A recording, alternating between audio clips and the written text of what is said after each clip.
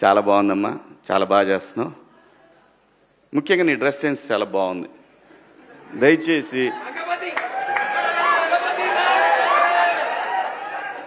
ఇంకో విషయం చెబుతున్నా, అమ్మాయిలు హీరోయిన్లు ఏ బట్టలు పెడితే వేసుకొని పోతే మనమే దరిద్రం అనుభవించాల్సి వస్తమ్మా.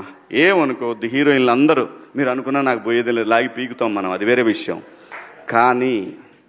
కానీ మీ అందం చీరలోనో, మీ అందం నిండుగా కప్పుకునే బట్టల్లోనే ఉంటుంది తప్పితే సామాను కనపడే దాంట్లో ఏముండదమ్మా.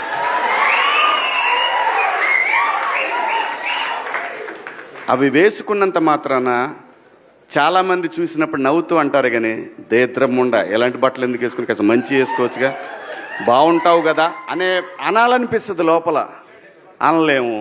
అంటే మళ్ళీ స్త్రీ స్వాతంత్రం లేదా స్వేచ్ఛ లేదు. స్త్రీ అంటే ప్రకృతి, ఎంత అందంగా ఉంటే అంత గౌరవం పెరిగిద్ది. ఈ ప్రకృతి అద్భుతంగా ఉంటుంది. అలాగే స్త్రీ మా అమ్మ చక్కగా ఎప్పటికీ గుండెల్లో కనపడతా ఉంటుంది, ఒక సావిత్రమ్మ కానీ ఒక సౌందర్య కానీ. అలాగే ఈ జనరేషన్లో ఇంకా చాలామంది, రష్మిక, చాలామంది అమ్మాయిలు ఉన్నారు. వీళ్ళందరూ ఇంపాక్ట్ క్రియేట్ చేశారు కాబట్టి అమ్మటే చెప్పగలుగుతున్నాం.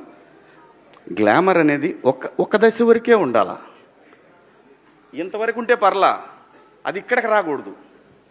నేనేవాళ్ళే కానీ చెప్పడానికి మళ్ళీ అందరు రేపు పొద్దున పెద్ద పెద్ద వాళ్ళంతా బయలుదేరతారు, మాకు స్త్రీ స్వేచ్ఛ లేదు. స్వేచ్ఛ అనేది అదృష్టం. ఆ స్వేచ్ఛని కోల్పోవద్దు. మన గౌరవం ఎప్పుడు పెరుగుద్దంటే మన దేశ భాషల నుంచే మన గౌరవం పెరిగిద్ది. అందులో ప్రపంచ వేదికల మీదైనా సరే చీర కట్టుకున్న వాళ్ళకే విశ్వసుందర కిరీటాలు వచ్చినాయి. Thank you so much.